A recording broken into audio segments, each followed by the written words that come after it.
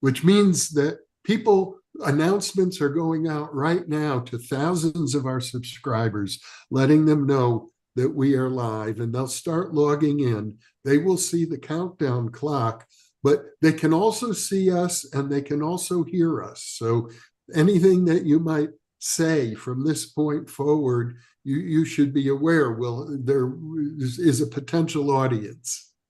So in other words, behave.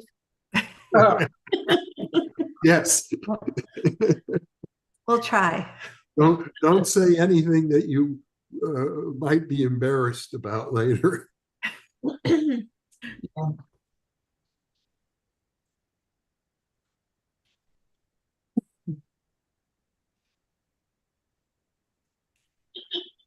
Yeah.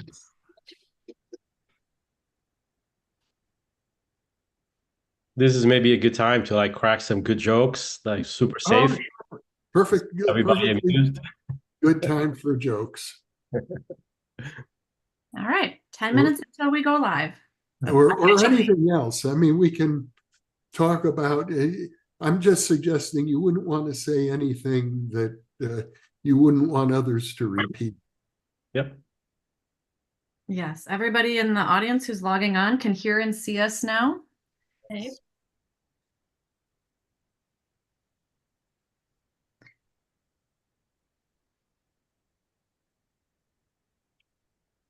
Emmy, how often have you guys been doing the live streams?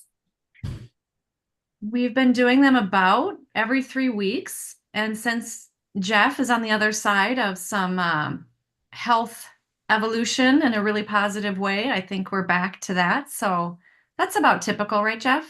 Yeah. Roughly every 3 weeks.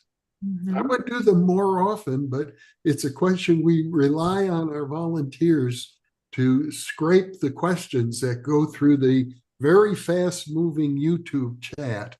And I think once every 3 weeks is sort of a good pace for the volunteers.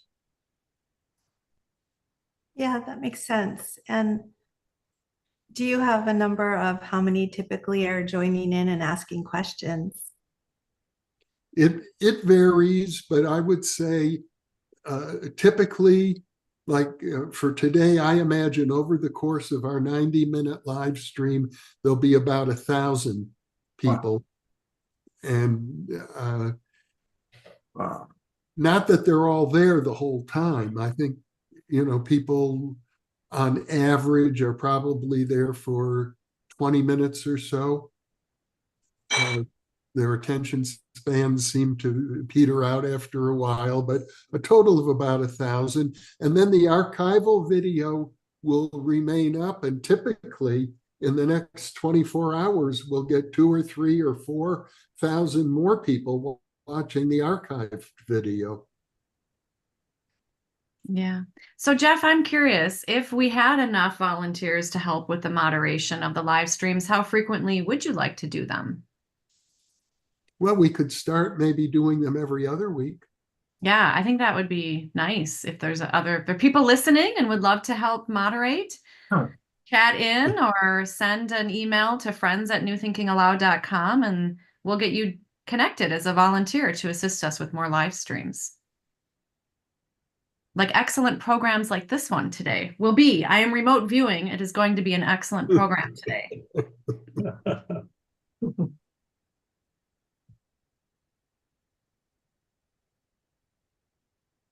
Now, it looks to me like,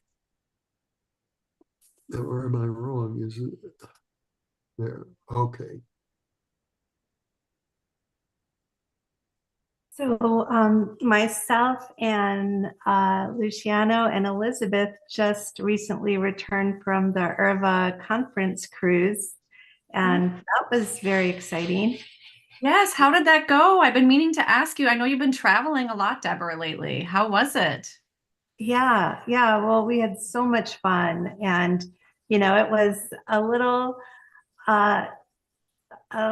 I'll say exciting because we were so close to Hurricane Milton. So our ship had to be diverted a bit. We didn't get to go out to port on our second day when we were supposed to go to Cozumel because we had to go south and just kind of wait it out.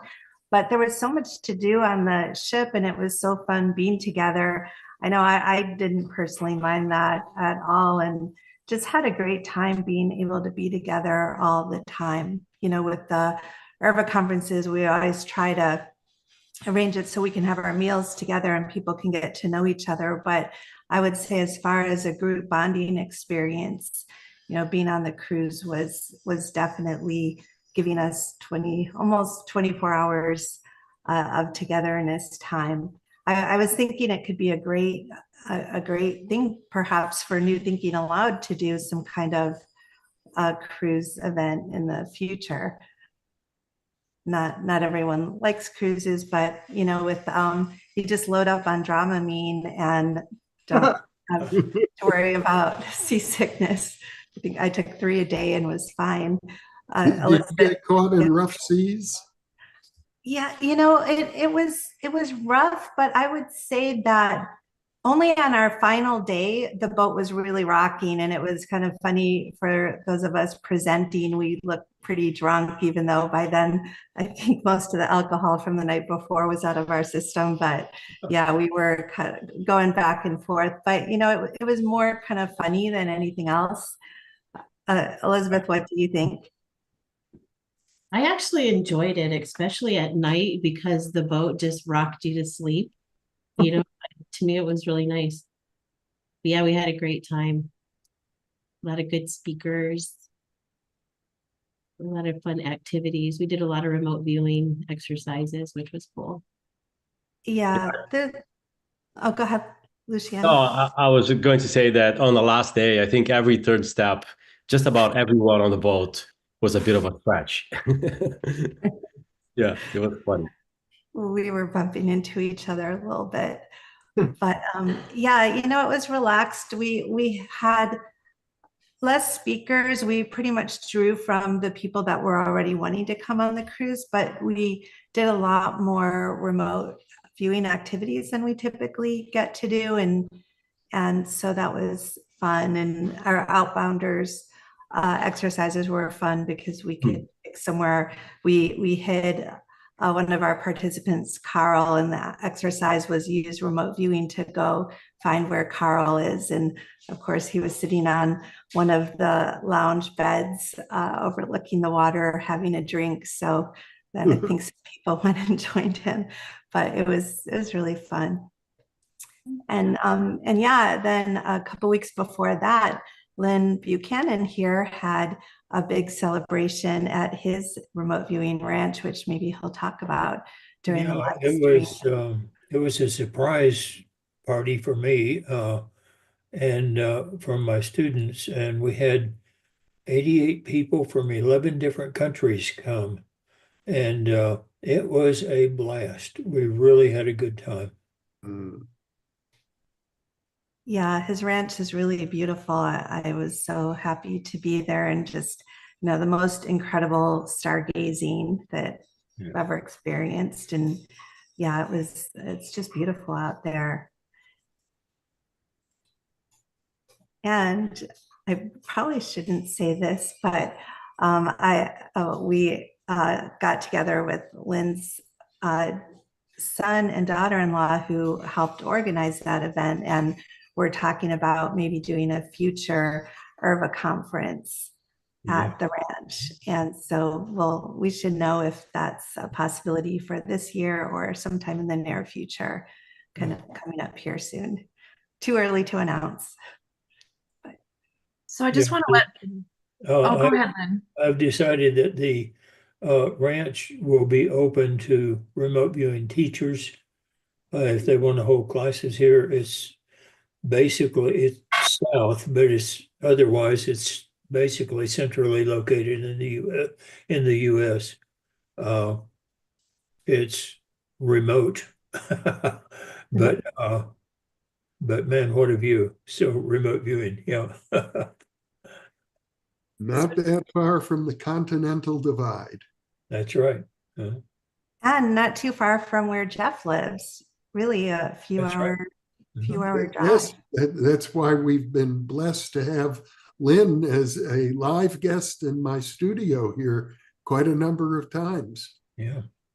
I've enjoyed many of those interviews. I just want to let everybody know that we've got about a 1 and 20-second delay from what we're seeing here with all of us on Zoom and what's getting piped over. So I'm going to stop the share in 50 seconds and then we'll get started. Jeff can announce us and get us going.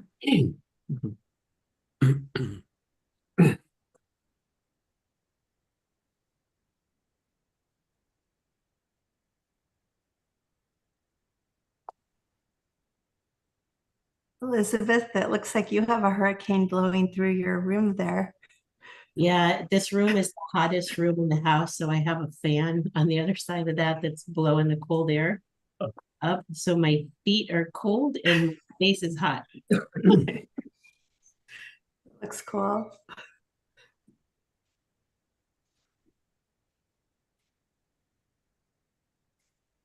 You can back up.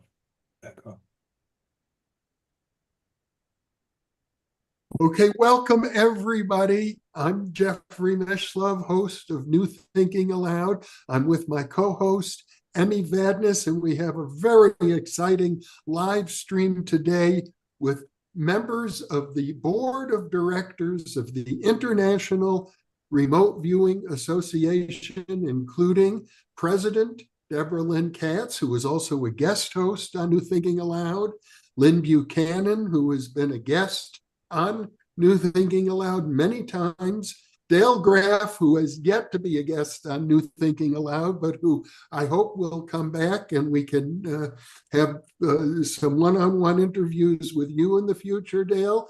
We also have Elizabeth Barrera and Luciano Arruda with us, who are members of the board. And today we're going to be talking about the state of the art in remote viewing, what progress has been made, what advances are waiting to be made.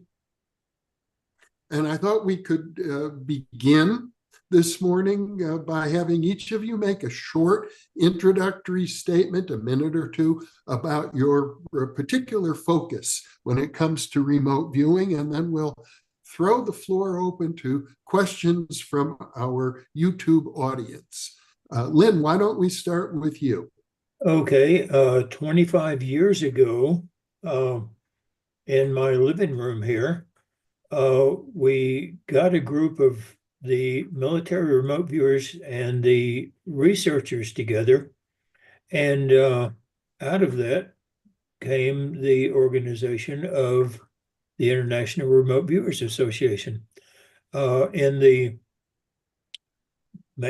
in most of the 25 years since, it has not been so much international. Everything's been held in the United States and all that. And thanks to Debra and the board, we're now actually making this an international organization. And I'm so glad to see that. My specialty, I teach classes, I teach them online now, is the military remote viewing, called controlled remote viewing, the one that was used by the military. And I focus on that. IRVA includes all different types of remote viewing. My specialty is the military one. And Elizabeth. Right. Okay. So I'm Elizabeth Barrera, and I am currently acting as the education director for IRVA. Been involved in remote viewing for about 4 years now, so I'm relatively new to the scene. I've been studying consciousness since the 80s, late 80s, early 90s time frame. Really excited to be here and to answer questions from the audience about our education department and all the fun things we have coming up around remote viewing. Thank you, Elizabeth. And Dale. Dale is, I should let our viewers know, one of the people who is responsible for initiating the U.S. government interest in remote viewing. Yeah, I sometimes forget about that myself, but that I have been involved really with this field for a long time. I hate to think about the actual timing. It goes back to the 1970s, 75. But anyway, that's my beginning there, although I had an interest in the general topic before then. But then I became involved with the research side in 1976 as a contract manager for the Stanford Research remote viewing work. And then later I transferred to the Defense Intelligence Agency in Washington, D.C., where I continued working with the field in both the research and connections with the operational work up at the Fort Meade unit, where I eventually became one of the directors, and actually going towards Stargate for the last code word of the effort before it was closed. So I have that long connection. But since 1995, when the program was actually released publicly, I kind of went into a broader way of looking at the whole field. And I believe that reflects on my parapsychological background, where I really studied a lot of the J.B. Ryan work, some of the other work that went on. So I continue right now with independent work in precognition and looking at basic ways of achieving remote viewing and related effects like synchronicity and working with lucid dreams. With IRVA, I'm very active with the Archival and Historical Society, and I'm glad to see that we've had some progress. Some of the earlier members with getting the archives built up, and I'm working on right now developing connections with museums, and already have made some contact with a group in Washington, D.C. And the brochure that I prepared earlier having to do with Stargate, the best kept secret of the Cold War, is in availability, and they have that as hangouts. I also am involved with the remote viewing grants that are given roughly every year and a half, and I'm working with really advanced research there having to do with integrating artificial intelligence with remote viewing, and also with another creative study that we just initiated with a group in Mexico, looking at the weather forecasting possibility using remote viewing.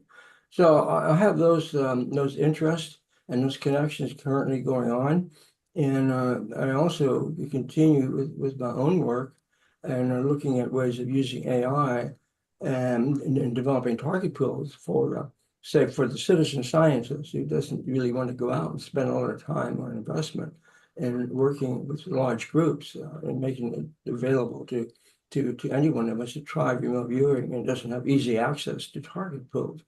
So I have a number of those things going, and I look forward to continue working in this area. It's been very exciting, and I'm still hanging with it after a long time. And I hope I can continue to stay with it for a while yet.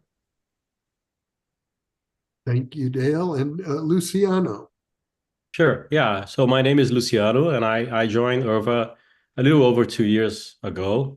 Because of my background professionally, I've been spending maybe the last 20 years helping companies go global. So at a conference in Menlo Park, Debra asked for some help to put the eye on the international, right, for IRVA. And I thought that I would be able to help. I have tremendous affinity for the remote viewing topics. I find it to be extremely valuable as a tool to learn more about, myself. So this is like a perfect environment for me. I love, interacting with all members and learning everything that's discussed in meetings. And what I primarily want to do with this position, so I'm a director of international programs, is to build infrastructure and to put the operations in place so that IRVA can scale globally. And that's something that I've been doing through the years for some corporations here in the West Coast. And I'm happy with what we're doing. There's tremendous potential, and above all, there's tremendous support from the board for this global expansion. So that's where I come from and how I'm interacting with IRVA. Thank you, Luciano. And last but not least, Debra Lynne Katz, a guest host on New Thinking Aloud and president of the International Remote Viewing Association for the last 5 years. Hi, thank you. Well, I think it's been more like 4 years, but it seems like 4 decades. So I'll add that extra year on. Yeah, I am so thrilled to be here with everyone. And it's such a pleasure to get to work with really all of you, both Jeff and Emmy with New Thinking Aloud, and then the Luciano, Elizabeth, Lynn, and Dale with IRVA.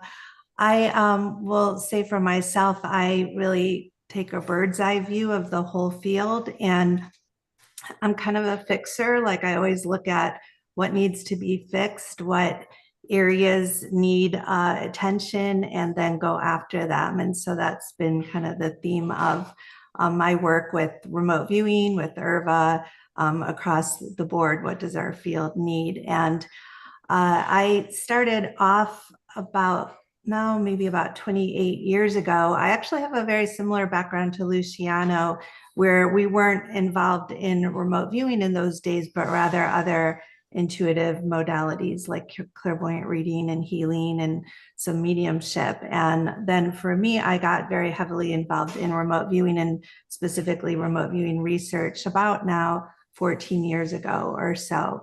And so I really love watching how these different modalities in different areas of education and research and socialization, globalization, how they all intersect with each other. And I'm excited about what we're going to be talking about today, because there is just a lot going on in the field. And I'm also very much looking forward to the new parapsychology endeavor happening at California Institute for Human Sciences. And I'm sure we'll talk a little bit about that as well, in addition to all the great stuff that IRVA has going on, and as well as remote viewers in the field overall today. Thank you, Debra. And it is true that just in the last week, the California Institute for Human Science, located in the San Diego area, has posted on their website a master's degree with a concentration in parapsychology and a doctoral degree with a specialization in parapsychology now available. I want to encourage any viewers interested to log on to their website, cihs.edu, to check out those offerings. And among the first courses to be offered will be the course in remote viewing that Debra will be teaching. So maybe you could say a few things about that course, Debra. Yeah, well, I would say what makes this course unique from some others is that since this is part of an academic institution, we're really incorporating the research aspect into it. And rather than like other remote viewing courses where the students are doing targets just for the sake of remote viewing, that will be part of it. But another big aspect will be really looking at each remote viewing assignment as an experiment. And because really remote viewing came out of a research lab and out of research efforts. That's what sets remote viewing apart from all other intuitive modalities. And so really going to focus on that in the class by teaching students how to conduct research while they're also getting that remote viewing practice and experience as well. Good. Well, we have lots of questions coming in from our viewing audience on YouTube. And let me start out with one question. I'll throw it open to each of you. A viewer whose YouTube name is Some Metal Chick asks, is it possible for complete newbies to learn remote viewing? Is there anything that precludes newbies from learning how to do it, like medications or behavior disorders or things in their environment, etc.? I was a newbie and I learned it.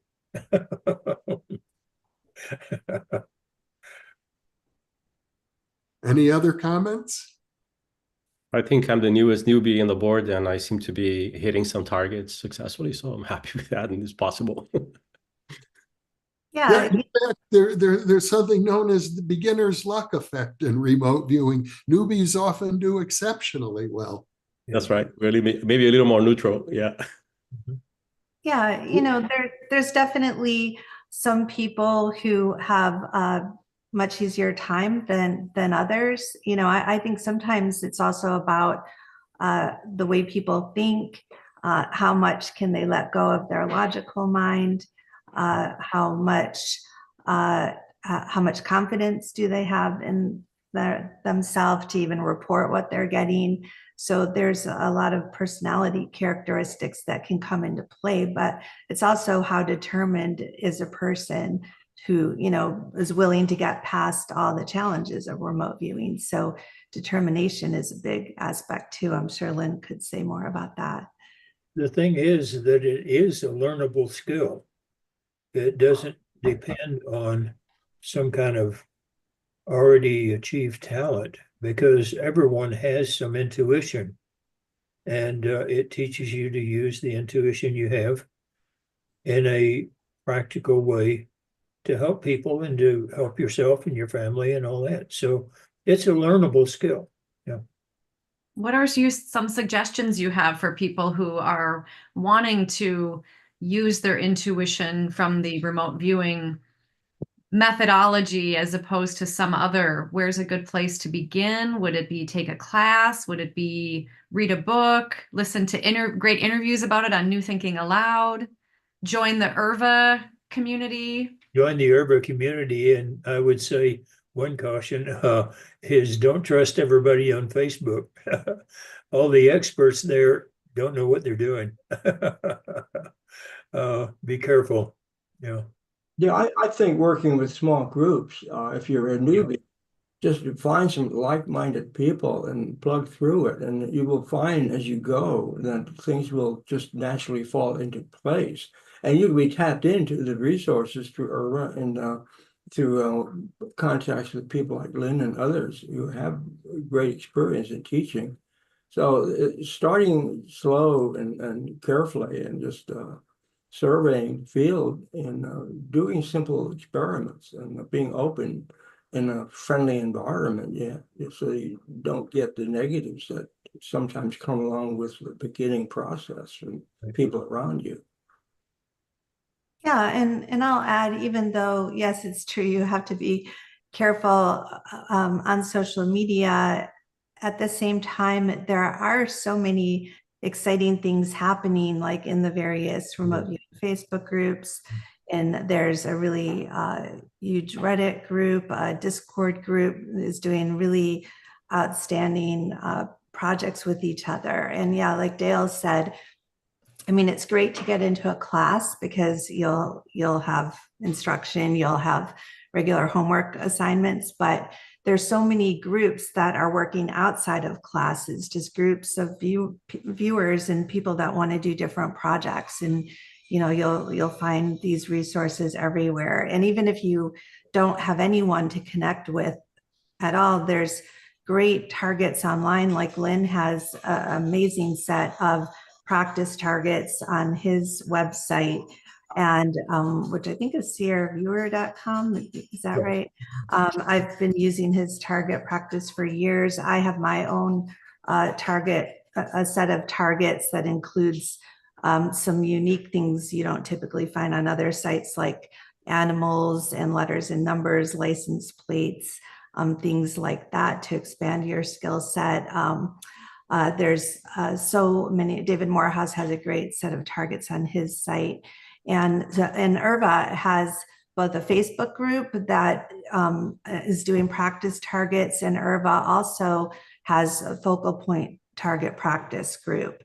There's also an app called RV Tournament online, and then Russell Targ has the ESP Trainer app. And so, there you could be doing something every single hour of the day to practice your psychic abilities. Even ION's Institute for Noetic Sciences, they have their Got Psi set up too with their tools. So there's no reason you can't start right this minute on practicing and then do all the things that Emmy listed as well. You'll be on your way for sure. That's right. And when, the the old thing about you should never use psychic ability for your own purposes. No, when you start out, use it for your own purposes and you'll learn. And once you learn, you'll be able to use it for other people too. Yeah, I found early on, years ago, when I did more active work in basic training, which I don't really follow up on right now, that just simply having the students or the people interested in learning more about remote viewing, do the old oddbounder technique where you track a friend, find out where your friend is visiting, or if somebody goes on vacation, keep a logbook of that individual's movement. So that's a personal kind of connection you can make that helps, I think, initiate the process and keeps interest in it, and it's exciting to do that kind of thing. I would second that as well, because, I think it's important to have fun with it and keep it light. It's super helpful to know the protocol, and there may be different stages that can be learned over time. So, I think it's a matter of curiosity and kind of connecting with your own senses and being curious about why do I feel, what am I thinking of right now, and what does my mind is, looking at, and then connecting the dots. So I think keeping it light and engaging and try to have fun is super helpful. With a little bit of understanding of the protocol, you can make tremendous progress, and all the roads are going to lead to the next step. So not that hard. That is all good advice. Oh, you're going to add something else, Deborah? Yeah, that's just such a good point. You can have your spouse or your friend just put something in a box and or just go in the other room and do a drawing and then describe what it is that they're drawing. Or you could even just take a book, like a children's book, on your own and just say, I'm going to describe what's on page 50, and then do a drawing and then see how well it matches the page. So you don't need any fancier tools than even just a book that has some pictures. Even a newspaper, you could sit there by yourself with a newspaper, say, I'm going to describe what's on page 60, and then open it up.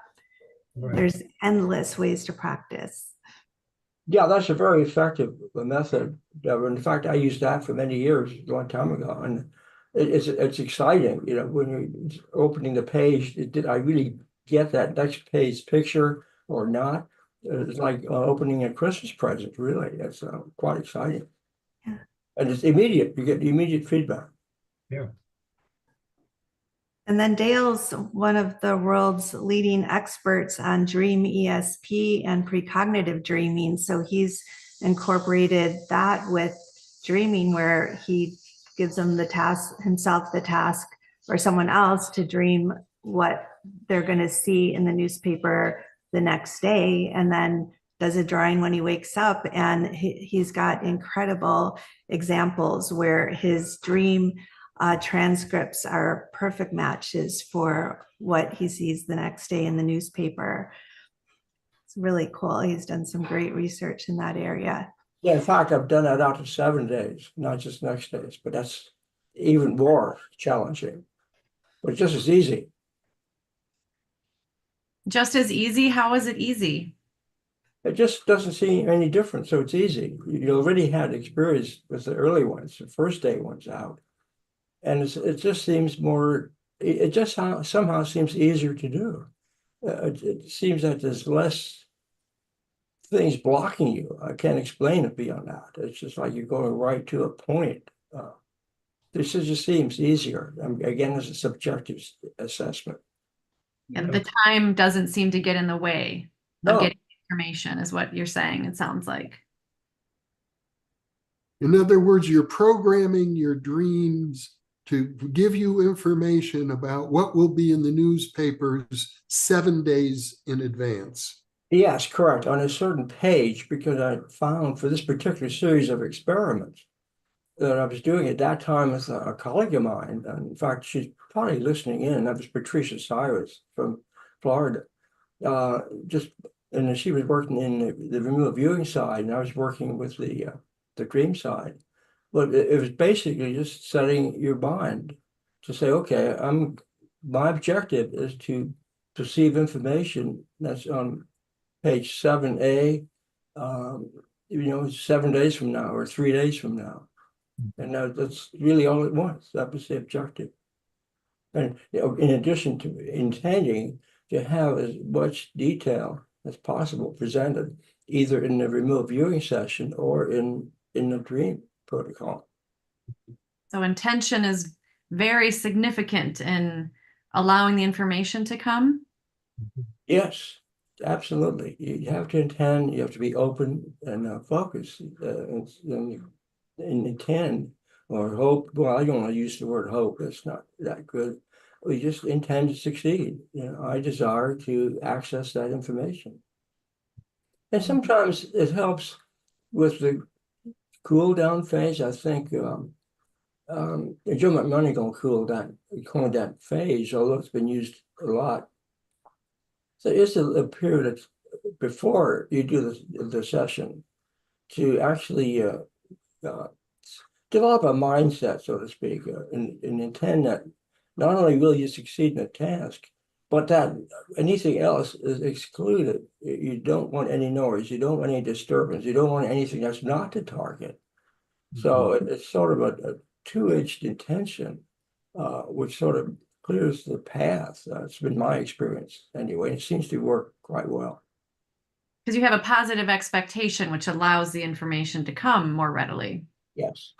Yeah. Yeah, For the beginner, on the beginner question there, when General Stubblebine put me into the remote viewing unit, I thought, this is crazy. Soldiers don't do this. And I was very shy to even try anything. And Skip Atwater took me over to the building where they did remote viewing, and he said, this room that you're in this room, it's okay to be psychic. That took a weight off my shoulders and made it okay. And I would advise any beginner, whether it's your desk at work, your kitchen table, your easy chair, whatever, find one place where you say, right here, it's okay to be psychic. And that breaks a lot of barriers for you. It really will. Yeah, Lynn, I found that also to be true. You have a favorite chair and a spot, and even a particular time of evening or day. It's almost as if this is it. I'm entering the portal, if you want to use that terminology. Right. Yeah. Here, right. We're available at this space. I'm now there. I'm now in it. And then it really helps eliminate all these other concerns and fears even that you might have. yeah, going back to what Dale was talking about with the Dream ESP, a group of us were doing a formal research project, and Dale joined us and taught us how to do his protocol. And for an entire year, once a week, we did dreaming of a future feedback photo. And we were really blown away. There were about 5 of us. Now, Dale already knew this, but just how easy this was. And, it is just remarkable. It's completely mind-blowing and unbelievable how quickly our subconscious, the part of us that has access to information, how quickly and easily it will comply with our requests when we're focused, on we want to have this dream, we want to have the picture, we don't want extraneous dream data, which typically people might dream all night long, but on the night when we set our intention, we're going to dream the next day, we usually don't have all that extra dream data. And it's very clear what needs to go onto the paper before we're going to see the feedback. And remote viewing in many ways is the same. Like, I think this is the biggest secret, that this is so easy that we cannot get our minds around how easy it is. And so we want to make it harder. I think that's true of so many individuals, and even as a society, we want to make it harder, because how could we think, like, if it really could be this easy, then why wouldn't everyone know about it? And why wouldn't everyone be doing it? And I'm sure, Emmy, I know you're a long time intuitive practitioner, and have you found that as well?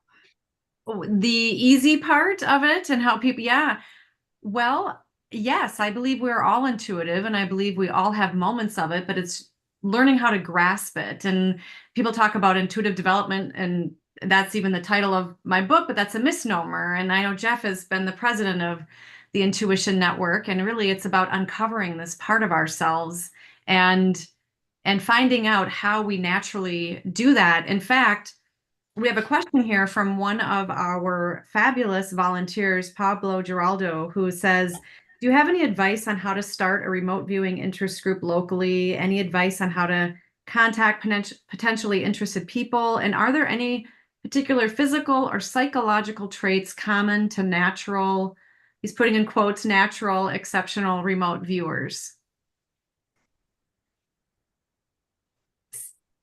So maybe we could break that down. It sounds like there's 2 or 3 questions in that. Yeah.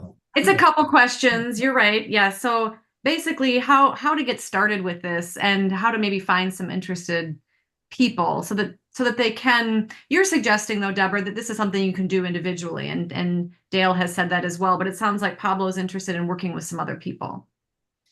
Well, it depends. Is he interested in working online? If it's online with groups of people, then, as we said, IRVA has practice groups. There's so many social media groups like Facebook groups and Reddit and Discord. But if he wants to start something locally, my recommendation would be he could do a meetup group through that website. He could organize something himself, like a free event at a local library.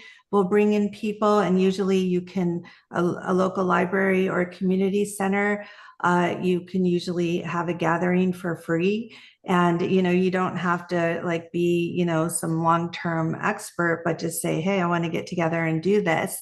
And you'll get interested people right away. That would be so easy to do. Put some flyers up around your local town community. You'll be surprised how many people show up. And you know what? Even if just one person shows up, that's all you need. And then from there, they'll bring in their friends. Here's a question from a viewer named Raluca. I hope I'm pronouncing it correctly. Raluca Murasan, who asks, can you take up remote viewing if you have psychiatric medications like antidepressants or antipsychotics?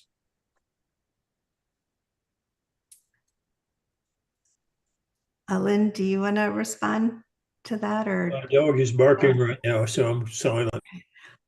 Okay. Well, I'll just say, yes, there's definitely some challenges for those that are dealing with psychotic breakdowns or some mental health challenges. Sometimes those people are having a hard time discerning what's real or what's not. And I would say that getting deeply into remote viewing or other intuitive or metaphysical practices can contribute to some confusion there.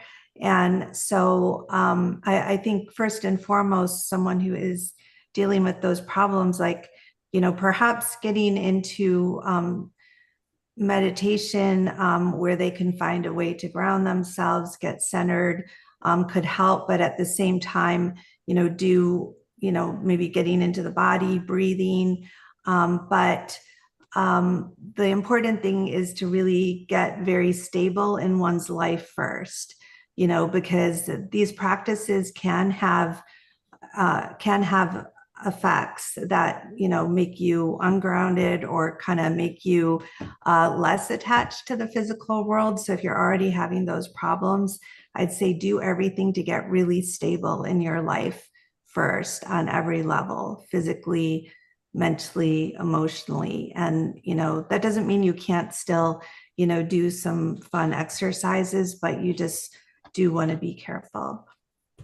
Yes, I would agree with that. But also, I think the individual that would have this kind of dilemma, this situation, would find that the information is that they would perceive would probably not really track whatever the objectives were. They'd be really missing the target or be off base or have too much noise, so to speak, in the data.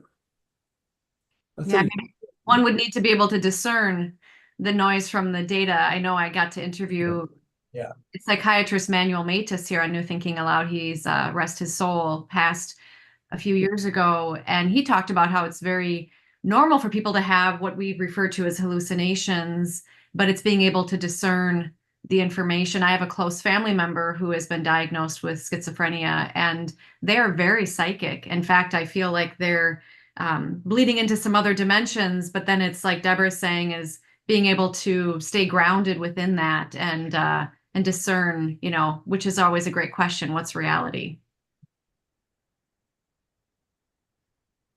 I'll pipe up a little bit because as an advocate of intuition, I think sometimes there's a kind of a razor's edge that there are some people who are on psychiatric medications for whom it would be just fine to do remote viewing. And there are other people who are probably too unstable to do it. And my best guess is pay attention to your intuition. If you have an intuition that says remote viewing is not right for me at this time in my life, I would go with that.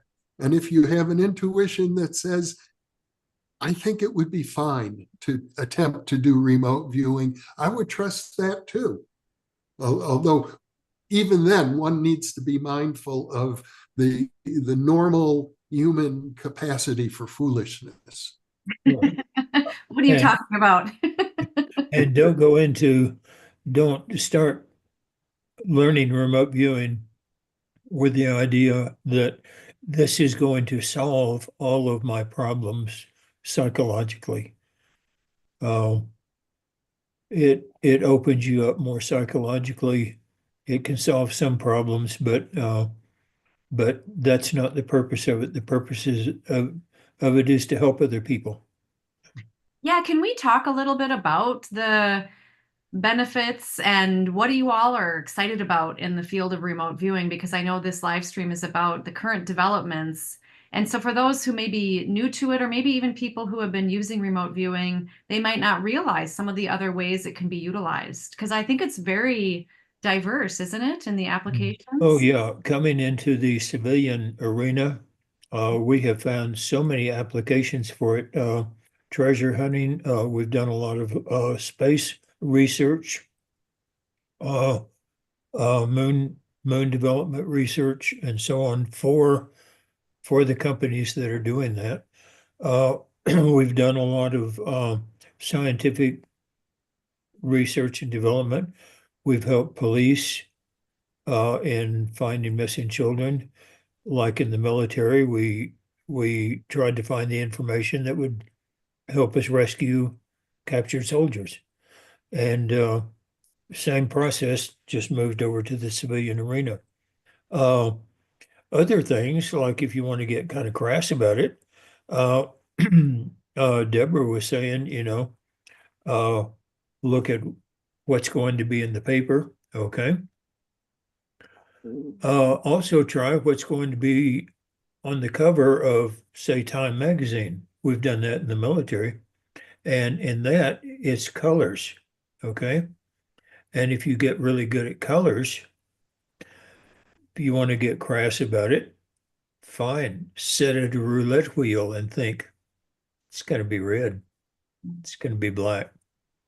If it's going to be green, hey, bet big. And there are many practical uses for it. Driving along and suddenly knowing there's a speed trap around the next curve. All of these things. The uses of just being aware of the world will affect your entire life, everything in your entire life. Mhm. Thank you, Lynn. Anybody else want to weigh in about the benefits or what you're excited about with remote viewing?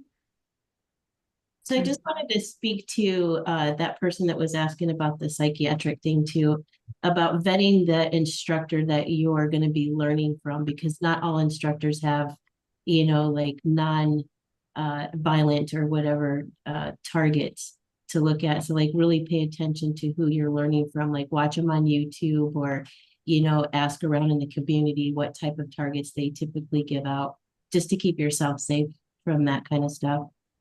Yeah. But practical application too. I know some people who use it for finding real estate, the best house to buy or the best car, or where you want to be in 5 years with a job if you're considering changing jobs or whatever. There's just so many applications that you could use it for.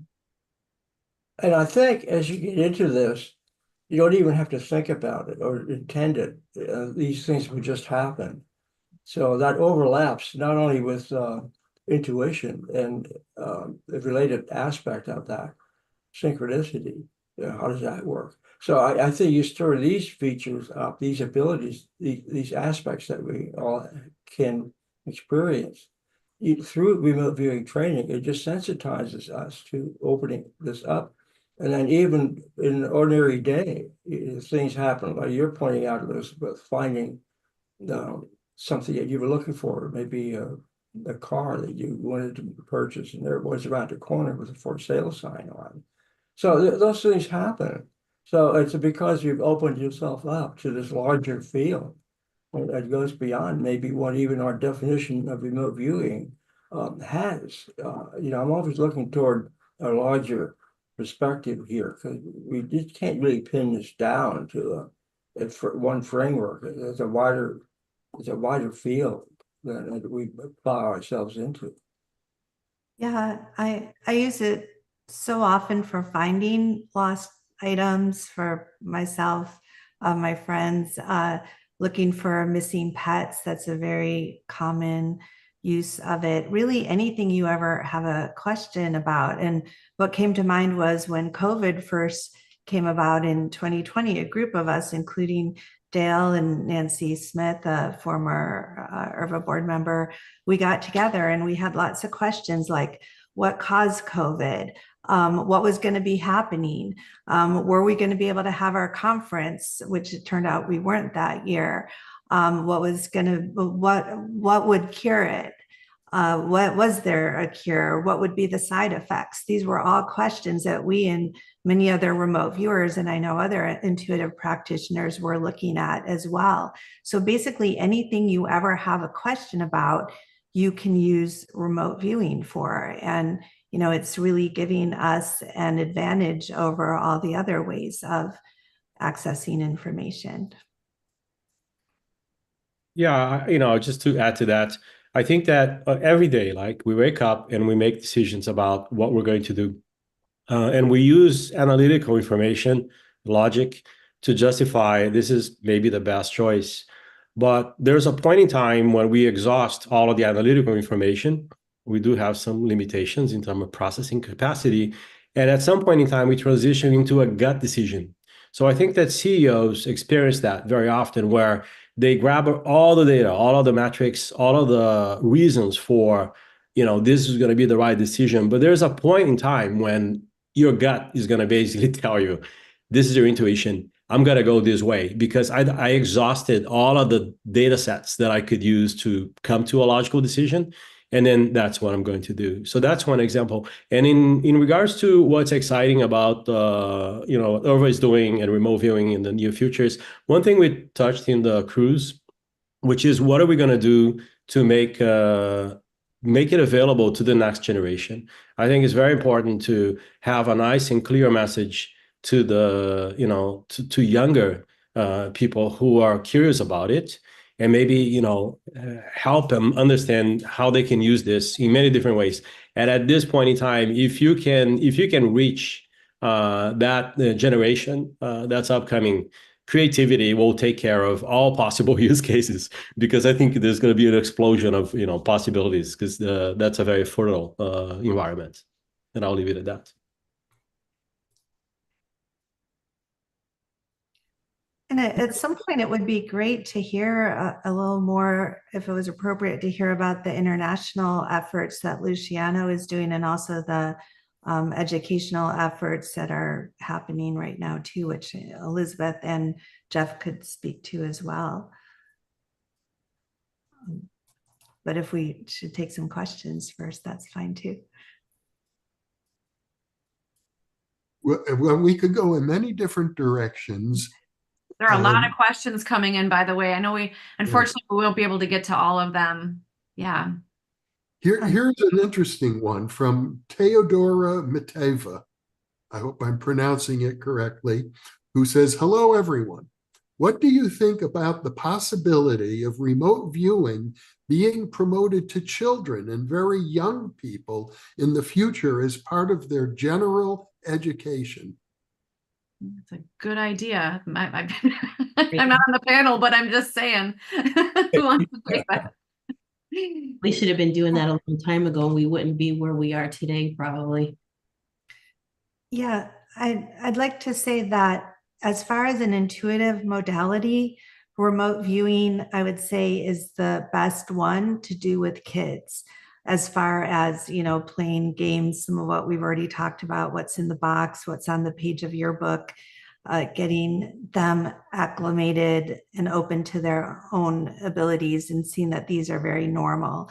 What I don't advocate for is having children like reading other children, or adults like doing intuitive work, because a lot of times I have seen parents so sometimes it just happens naturally that, people are having dreams about a relative that dies, they're having natural, spontaneous precognitive experiences, and they absolutely need help to process all of that. But I don't think that they should be encouraged to go into doing readings of each other, things like that, because it really gets into counseling and all sorts of really heavy duty issues. And I've seen that kids just they just don't have the discernment to make decisions about what to share or not to share. And, sometimes it just gets really messy. But that's not true with remote viewing, just with what's in the box or what's on the page. It's a lot more clear cut. And that's a safe way to go about helping kids to advance. So maybe a good grounding program should come along with this in terms of ethics and responsibilities, in addition to a methodology. So maybe that should be an important part of whatever you might want to present to say children or younger people. Like you said, Debra, there's a lot of issues that judgmental factors seem to be a little bit off track. But we see that in everything right now in society. So I think with the right introduction and framework, in addition to what we're talking about here from the phenomenological side, will help two aspects: the socializing and the maturity of the individual, as well as a safe development of their innate psi remote viewing talents.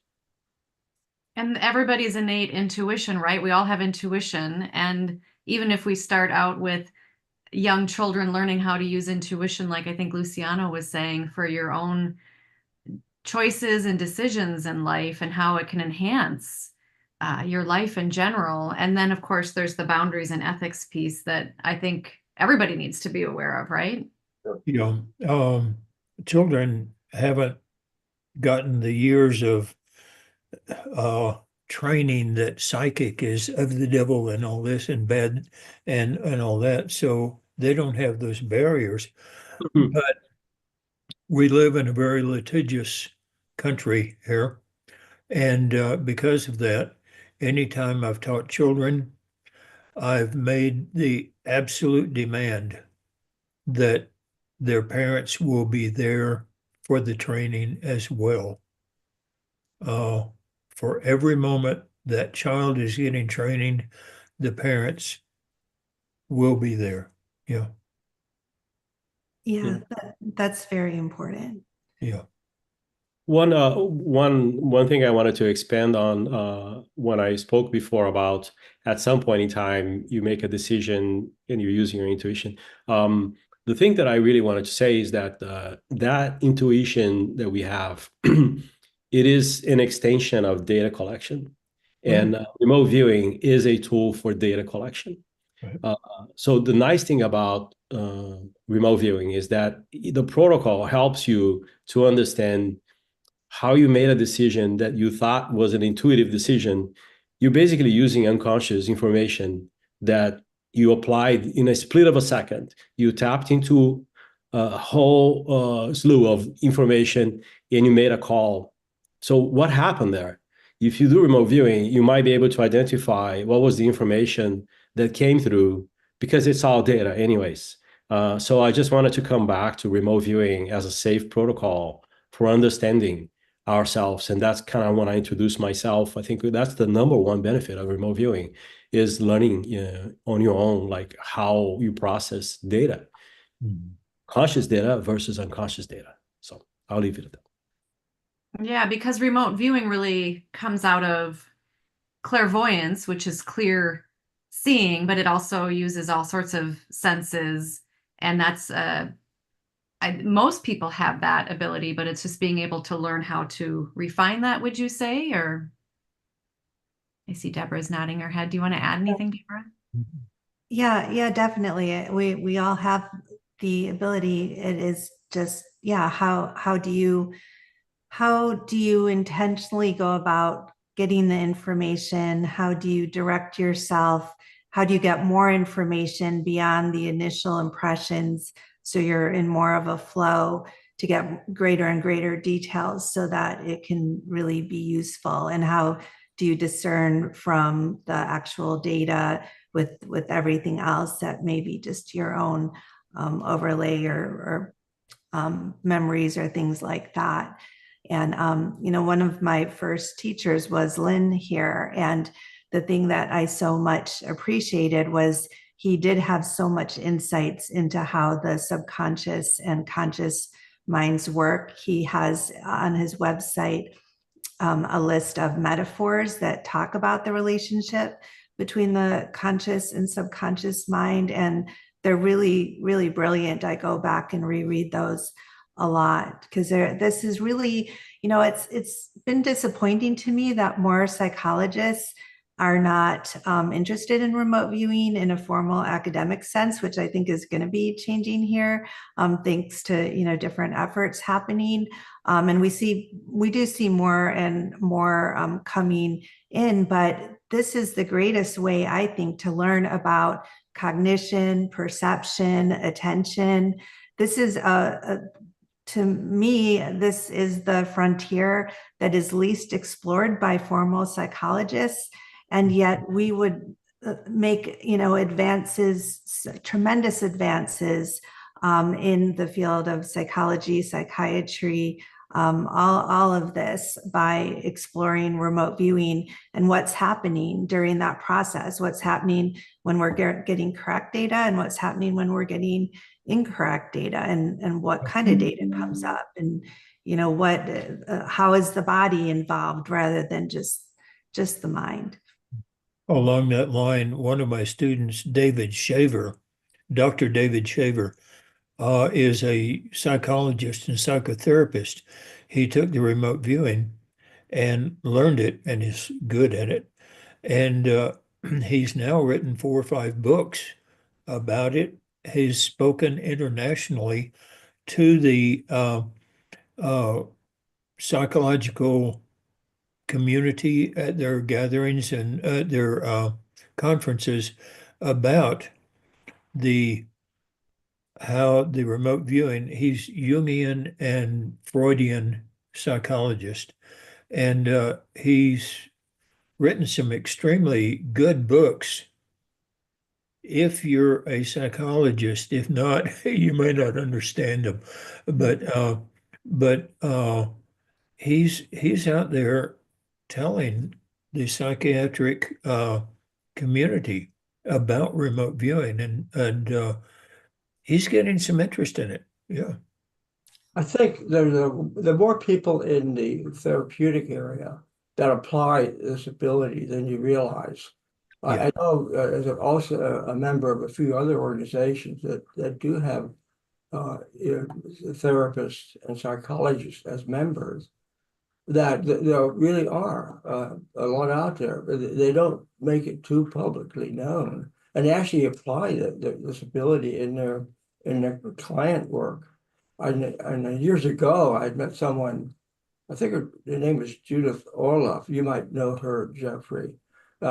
She wrote a book called, I think it was called Second Sight, where she describes her experiences as a psychiatrist and how she was able to utilize this ability in being prepared for clients even before they walked in the door, and even before she had read the case on them. So she was able to handle situations really much better than, say, someone that didn't have this alert provided to them via these intuitive remote viewing talents. So yeah, there should be more out there that in the psychiatric and the therapeutic and psychological world. And I'm really personally disappointed that they're not, because there may be more than even I'm aware of right now. But I think the field is changing. Gradual increase in this interest in using it at that professional level. I just hope it continues. Yeah, I think that it is. In fact, I know one of the people who's been a guest many times on New Thinking Aloud, Paul Leslie, who is part of the new fabulous program at CIHS. He's written books on this topic, and he's used his intuition in sessions with clients, and it's taken him beyond where he thought he could go, and he would just trust impressions he would get, and they would take them and him and his client into places that expanded. And I'm a licensed occupational therapist and have been in healthcare for almost 30 years. And many nurses and therapists have been getting trained in different energy healing modalities, and intuition is their primary method of use. And I know for me personally, and professionally, as a therapist and healer, that the remote viewing I tend to use with people individually is remote viewing their energy, their consciousness, the mind, body, spirit, and sensing what can help them the most. And I know there's even the field of medical intuition that's gotten some nice research and is growing and expanding as well. I have many students who are doctors, and the reports I'm getting back is that one of the benefits of controlled remote viewing, the military type, I don't know about the other methods, is that they become conscious of their surroundings. And when they're talking to a patient who comes in, they pick up on the tiniest micro movements, the tiniest expressions and all that. And they get a rapport with their patients, and that they've learned this because you have to do that in order to be sensitive to a target that's halfway around the world. You become sensitive to that, you're going to become sensitive to surroundings. Yeah. Right. And have an open, compassionate heart to people versus just treating them as on a conveyor belt, which is sadly all too often as well in our healthcare system. Well, it's wonderful to hear, Lynn, that you're training more healthcare practitioners. Oh, yeah. Mm-hmm. It's wonderful. So we have just about 30 minutes left on the live stream, believe it or not. And I just want to ask another question from another fabulous volunteer, Celia Funk. She says, so it's a two-parter. On a previous live stream, we had Russell Targ on, and we asked how to reply to our friends who ask why we're not rich if remote viewing and precognition are real. I'm sure you all get these questions quite a bit. Mhm. And then her second part is his reply was that forecasting the outcome of sporting events was one of the easiest ways to make money with these skills. Can you please comment and suggest more? Of course, money is not the only thing in life, but it is necessary, and would love to hear your thoughts on that.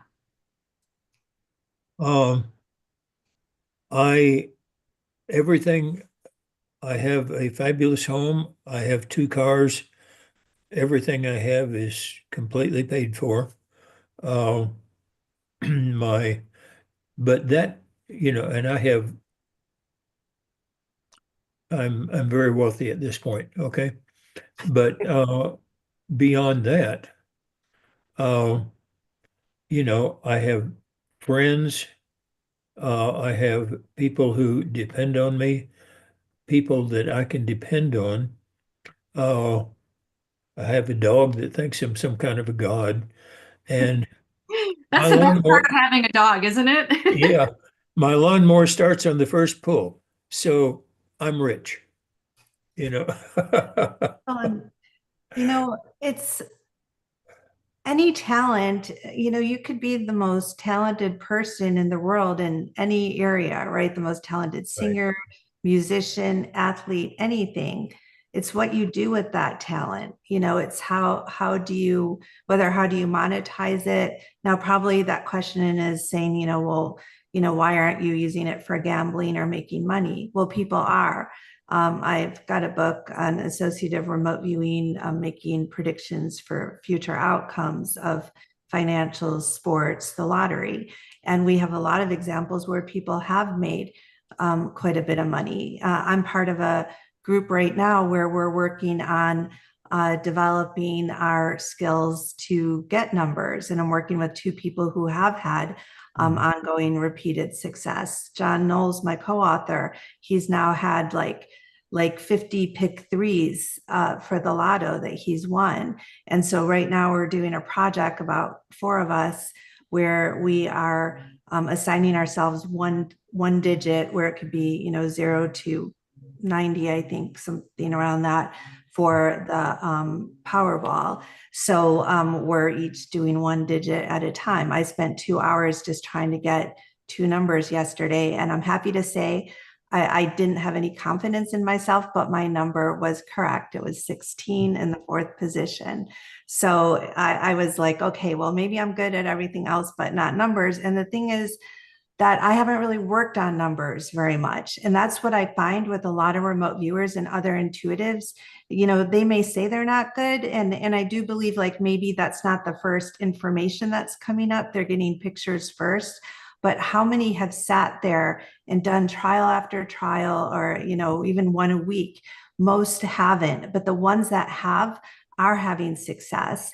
And I think this is really important because, if we're going to be effective with a lot of what we do, especially say crime solving, it's just not that convenient to, hand a detective like, a bunch of pictures, or descriptions with a lot of words. But if we can get them a license plate number, if we can get them an address or a specific name or something like that, we are going to like propel the field so far forward. And Ingo Swann, who could be credited as the creator of controlled remote viewing and a lot of the knowledge in remote viewing today, the final thing he was working on within the at Stanford Research Institute before he left for a few years was alphanumerics. He did thousands of trials, and they're in his archives. You can see like his progress, you could see his notes. His archives are located at University of West Georgia. And it's very interesting to see how he would, start off with trying to get numbers, so many numbers in a row, so many letters, and, starting off not doing so well and then doing better and better, and the different ways he tried to accomplish this. So yeah, this is an area that is only going to increase. And I really encourage, especially anyone that's good at math, that likes numbers, that's not afraid of numbers. Those are the people who should be going after this. And, it's not hard. I sat there, closed my eyes, and just kept the key is like numbers will pop into your mind. So the key is to ask for something to come in that's louder and clearer than all the just numbers that are racing through your mind, and not just, guessing them. It's a little tricky, but there's a lot of different methods to doing this. When I was teaching in my home here, I taught ARV courses as well, Associative Remote Viewing courses. And at the end of every ARV class, I think that ARV is wasted. It has so many possibilities. I think it's wasted on gambling. However, at the end of every class, I would take the whole class up to the Indian casinos. And the Indian casinos are famous for the fact that you're donating to the Indians. You're not coming back with money. And so far, out of all of those classes, we've had one person break even, and everyone else has come back with more money than they went with in the gambling. I had one student one time that learned ARV, and he called me about 6 months later and he said, "Hey, I won the Pick 3 lottery." I said, "Great, keep practicing." Called me again about another 6 months later and said, "I won it again." And then I didn't hear from him for a couple of years.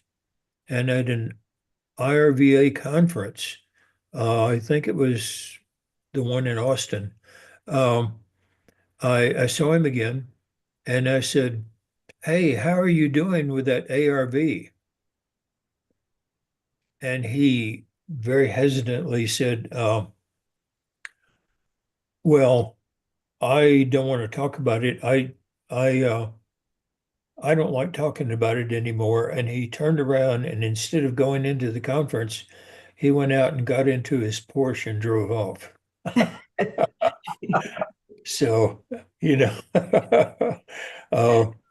have one of the analogies we have is, if you find a gold ring, you're going to tell everybody about it. If you dig a little deeper and find a chest full of gold, you stop talking about it. Yeah. And gambling is that way with the ARV. And I honestly think that gambling is by far not the best use for ARV. Well, didn't that situation that Russ Targ talks about with the silver commodities, or with they did win, what, I've forgotten the exact number, 50,000, 100,000, might have been more. Jeff probably knows. Yeah, and then when they came back later with the person that was supplying the initial funding, they wanted to up the ante, and they got anxious, and they actually they lost everything. So something reversed, and it was the attitude of what they were going to be doing with that I think bothered the people involved at the subconscious levels. So maybe that happens a lot too. When people start applying this and actually seeing a payoff and to it, that they ultimately even ask themselves, why do I really want to continue doing this? What good will I do with the money that I do get from it? So I think there are issues like that have to be resolved at one's individual level before moving forward with it. Yeah, it's gambling, and there's as much potential to lose money as there is to win, because there's just so many factors involved. And there's been a lot of people working on this for a long time. In fact, Marty Rosenblatt with the Applied Precognition Project, he's having his conference. Well, Dale, I think you just attended. Yes, yeah, right. Might be. Now I'm by You're supposed to be there right now instead of here. So a lot of people are working on these things, but I think, like Luciano said, there's so many business applications, for this as well. And probably if you find any successful business owner or CEO, they've used their intuition, even if they haven't known exactly what to call it. Yeah, I ran into that one time giving a presentation in the Washington, D.C. area. Somebody comes up to me afterwards and says, "Why are you telling people about this field? Why are you trying to encourage people to develop this talent?" You know, I have the abilities and I've been very successful, and I don't really see the need to share it. I mean, They said that. very selfish about it, you know. So that bothers me a little bit that people would develop that perspective, because it's really a universal field. We're not dealing with an individual. We're dealing with the universe. We're dealing with the collective.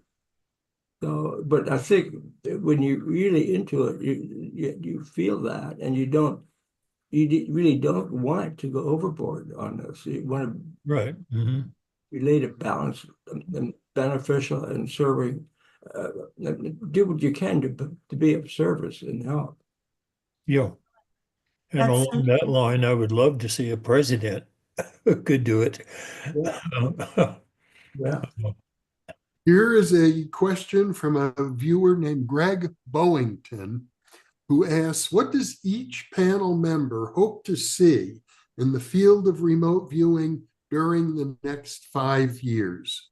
And I wonder if we can go around the group. Maybe we can start with you, Elizabeth. That's a great question. So for me, I'm hoping that with the efforts of Luciano, that we really do get more international.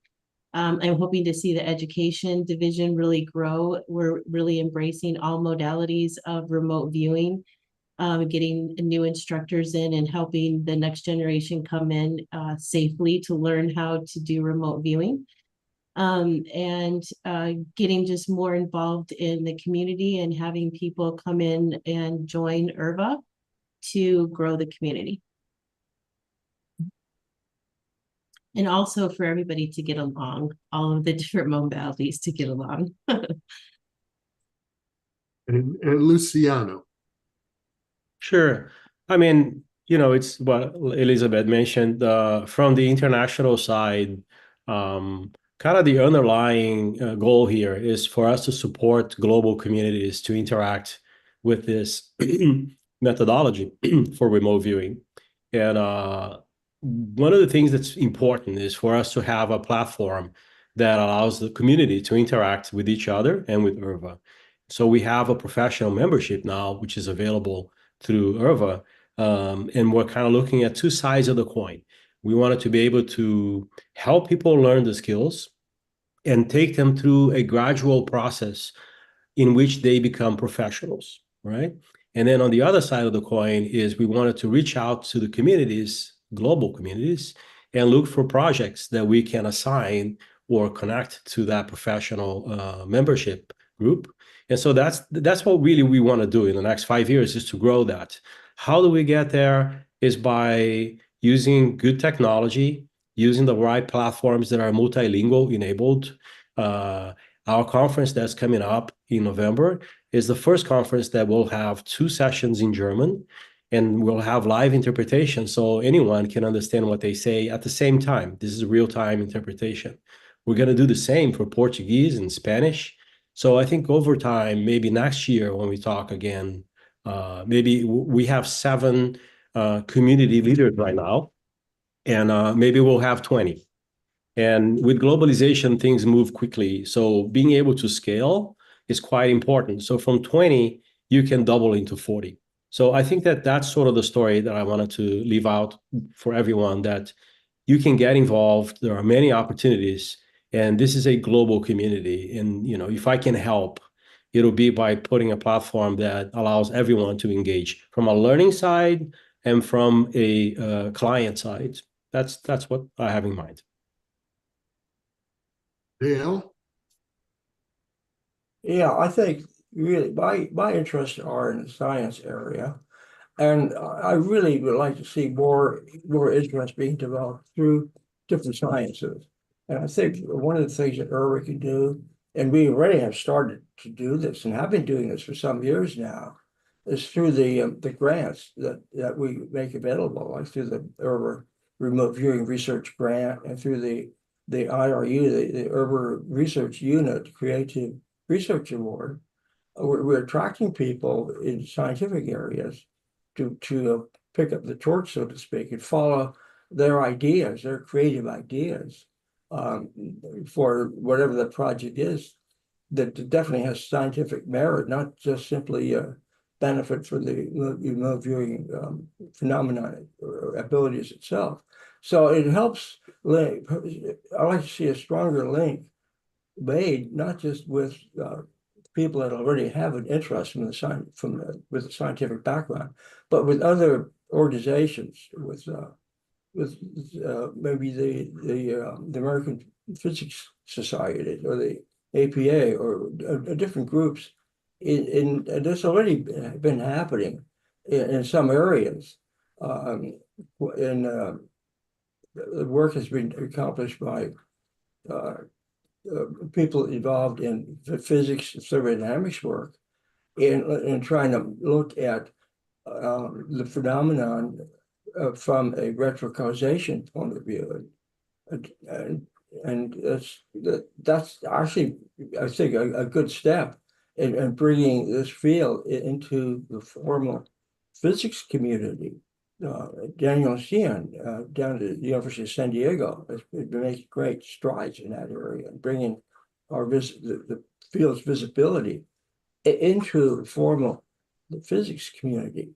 So there are other opportunities that we all have, and I'd like to see, and I can do what I can myself personally with different groups. I've been working quite extensively over the years with several groups, including the International Association for the Study of Dreams, where we do have a spectrum of people in other disciplines, psychology and psychiatry. So broadening IRVA's reach into the scientific community, I'd like to see increase, and getting more people even at college level, science courses, basic physics, basic psychology. Even not too recently, I went through a college library, and I couldn't find too many references, even on parapsychology in the entire library.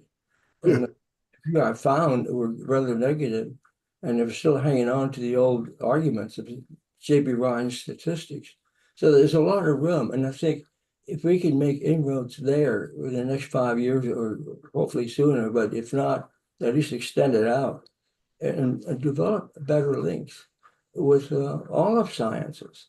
And I think IRVA is in a position, as we expand our reach internationally, and also with connections with a wide interest base, that this will eventually happen. And so I'll do what I can to promote in that direction, as I've been attempting to do so far.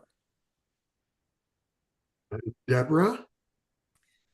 Yes. Well, first, I'll say I feel very blessed because I feel like I am getting to experience and witness some of the changes that I've longed for so long. And recently I had to go into the Bank of America, and do something with the bank manager. And usually when I would go and they would see the name of my school, International School of Clairvoyance, or the International Remote Viewing Association, which I do the banking for too, they'd be like, oh, what's that? And then they'd want to talk about their own intuitive experiences. It happens every time I go into the bank. But most recently I went there, and the two bank managers, they already knew what remote viewing was. They started to tell me their definition of it and talk about the former military history. And I thought, my gosh, for people just in everyday society to know what this is. And they really were quite well informed. I didn't have to try to make my case or prove anything. So that to me was progress.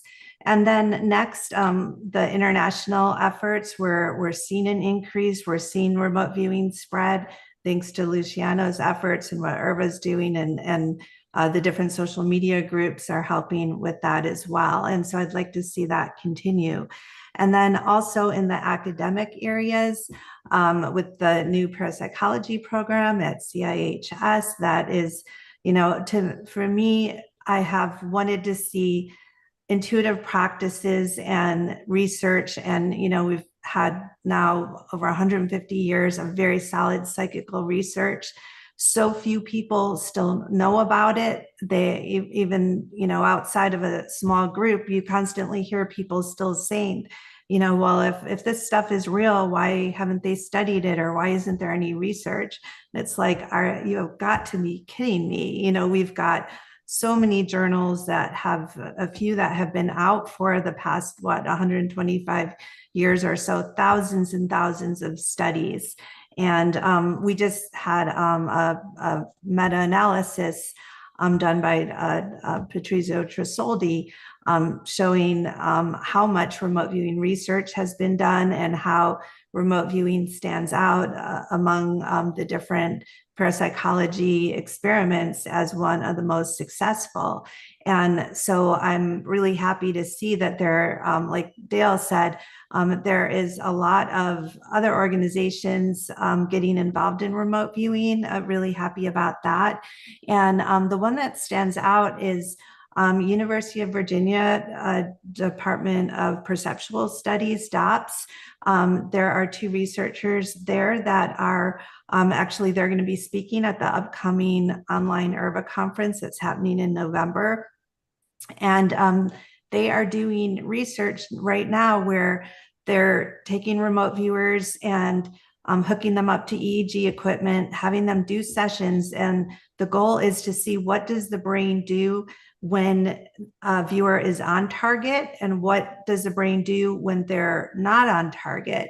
And in addition to that, they're pairing it with microphenomenology, which is basically, and I went there and we worked for a few days while they were developing this experiment. And basically, like, they take just like a couple minutes of your session of when you're correct and when you're not correct. They don't tell you yet like what the target is, so you don't know if you are or not.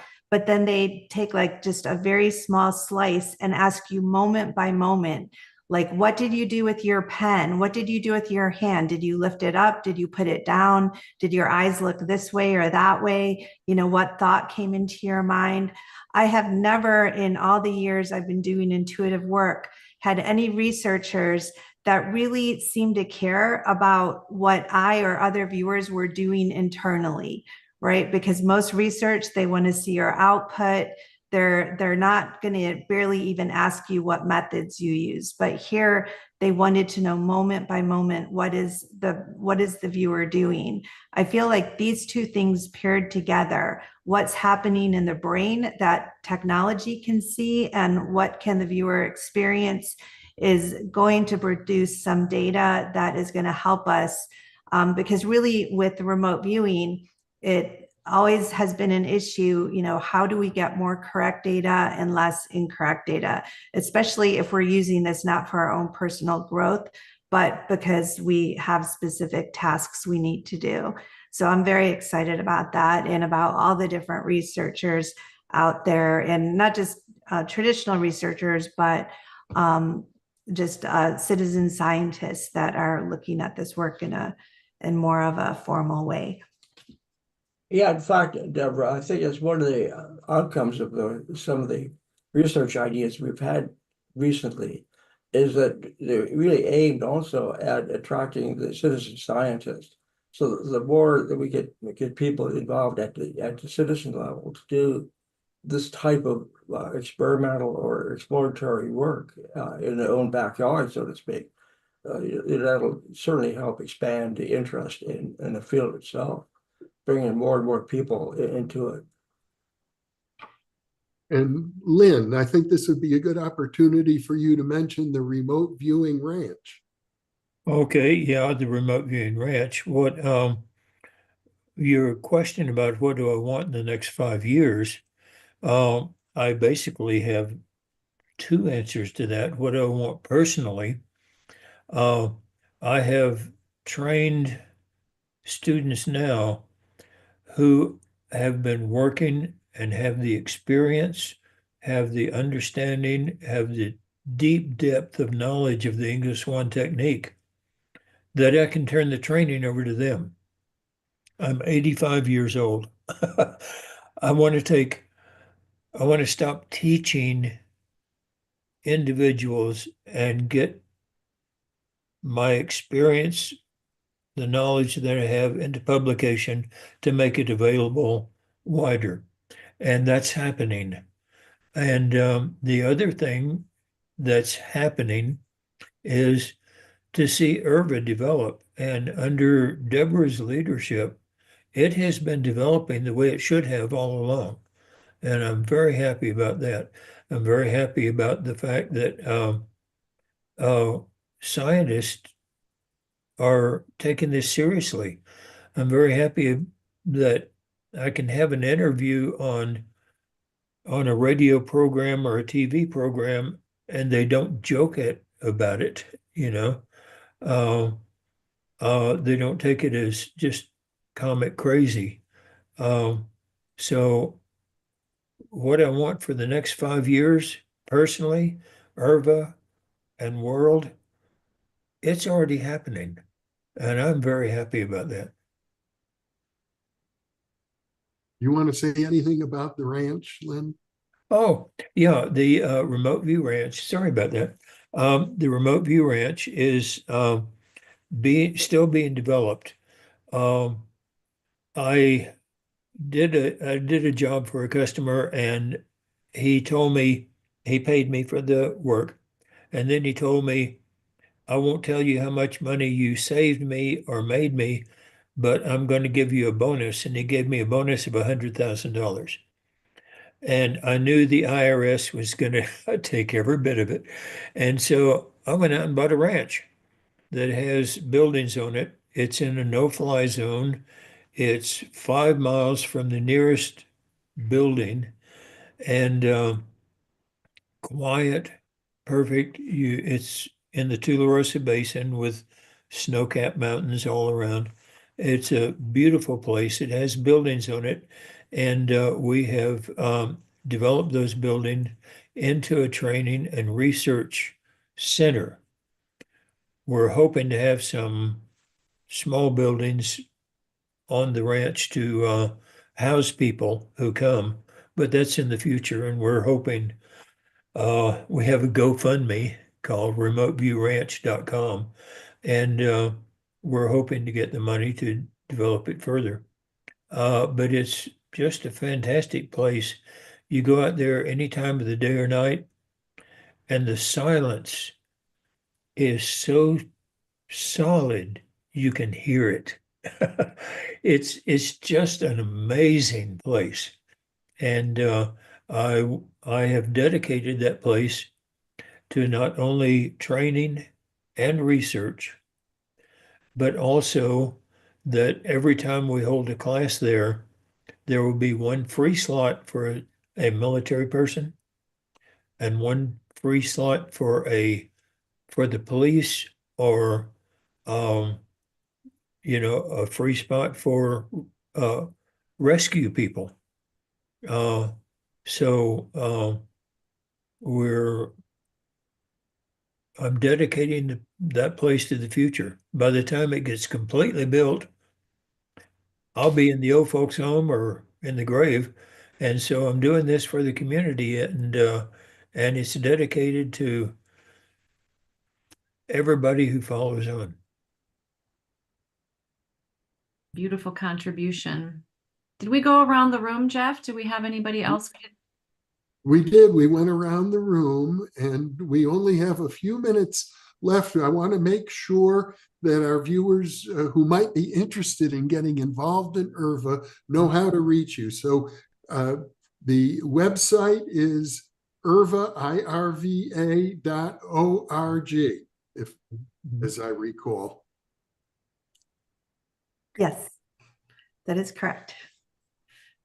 And IRVA.org has a lot of benefits for you. It has a lot of examples, a lot of links to books, a lot of links to projects and everything else. IRVA is an excellent place to start learning about remote viewing.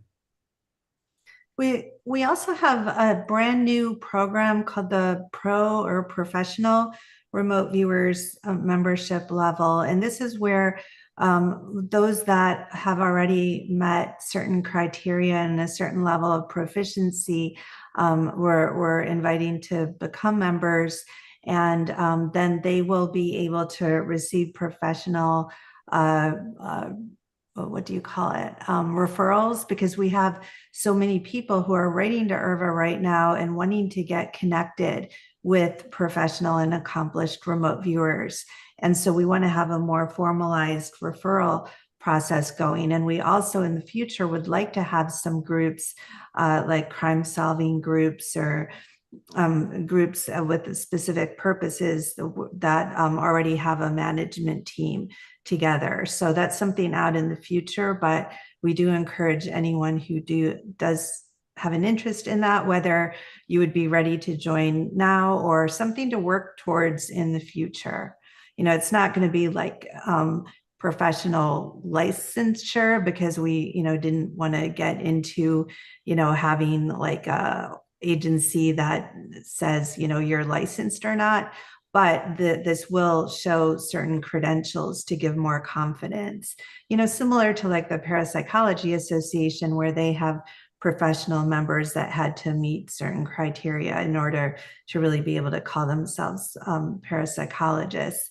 But we're excited about this, and it's a developing program, and we could also use people to help with that. There's going to be a lot involved with that. So again, check that out through irva.org. Well, I'd like to thank all of you board members for coming here. I want to emphasize that New Thinking Aloud and IRVA have had a close relationship for many years. You'll find transcripts of New Thinking Aloud interviews published in the IRVA magazine, Aperture, for example. I also want our viewers who may not be aware that New Thinking Aloud publishes a weekly email newsletter. You can sign up for it on the website of the New Thinking Aloud Foundation. The New Thinking Aloud YouTube channel is newthinkingaloud.com, but the foundation is newthinkingaloud.org. And when you're there, you can also get free copies of our quarterly magazine, and you can order printed copies of our quarterly magazine. We also have a book series available through White Crow Books in England. We've published 3 books in the last 2 years. A 4th one is currently in preparation. Emmy, do you have any final thoughts? Oh, I just want to say that I'm so grateful for all of you, and it has been a great privilege of mine to be with all of you. And I just want to offer that I know we could go on for another hour. There were questions around ethics, and I think that even though, Debra, you mentioned, and I know Jeff has spent his whole life, and many of you, trying to advance these areas, that fear seems to be at the heart of some of these things not expanding. And so maybe in the future we could have you back either at another panel or more individual interviews to discuss some of these topics. And I just want to offer that somebody made a really interesting comment in the chat about, they suggested that we're studying the wrong organ of the body with the brain, and that we should maybe also look at the heart. Mm-hmm. So I just want to throw that out. And I know you all could have it. Go ahead, Debra. Yeah, I want to say that is very important for all of us here. If you go to the IRVA website, you'll see our principles of community, which are really ethical principles that we hold ourselves to and, really want to put out there. Really, I see the current board right here, the people you're looking at with some others that weren't able to be here today. But I think of us as kind of like holding up Band-Aids, and, maybe right now it still is like, putting Band-Aids over some wounds, but we really want to turn around the infighting that many have seen in the realm of remote viewing. And, there's just, I think this topic came out of a place that wasn't necessarily heart-centered, and there was a lot of competition, but not just competition, but there's a lot of pain, right? Because I'm sure Lynn could talk for hours to this, like that intensive environment that the viewers were under, and the constant attacks from every angle, and the fight for their own survival and survival of this topic. It's been really rough. But we have entered into an area, and even though we've talked about the brain, the reason we're all here right now, we really enjoy each other, appreciate each other, and that's because we are putting the heart first, as far as our organizational efforts. All other efforts are communications, and it's not easy because we're healing older wounds. We're all just humans trying to get along with each other. None of us make the best decisions always, including myself, with the different challenges of personalities. And so it's a constant matter of forgiveness every day, and setting the intention that whatever we can do to set the tone moving forward, and get over our own limitations and wounds and everything like that. So thank you for that reminder. And, we'll continue to all do our best to improve in that area. Well, thank you all for your dedication. And I just also want to say a very personal and public congratulations to Jeffrey Mishlove, who has spent his lifelong career in parapsychology, and the birth of the new program that, Deborah, I know you're going to have the first class at with California Institute for Human Science. And so just huge congratulations to you, Jeff, and everybody who's working in this field to really better ourselves and each other on the planet. So thank you all for being with us, because you listening in the audience and all of us are the reason that we are here. Thank you, Emmy.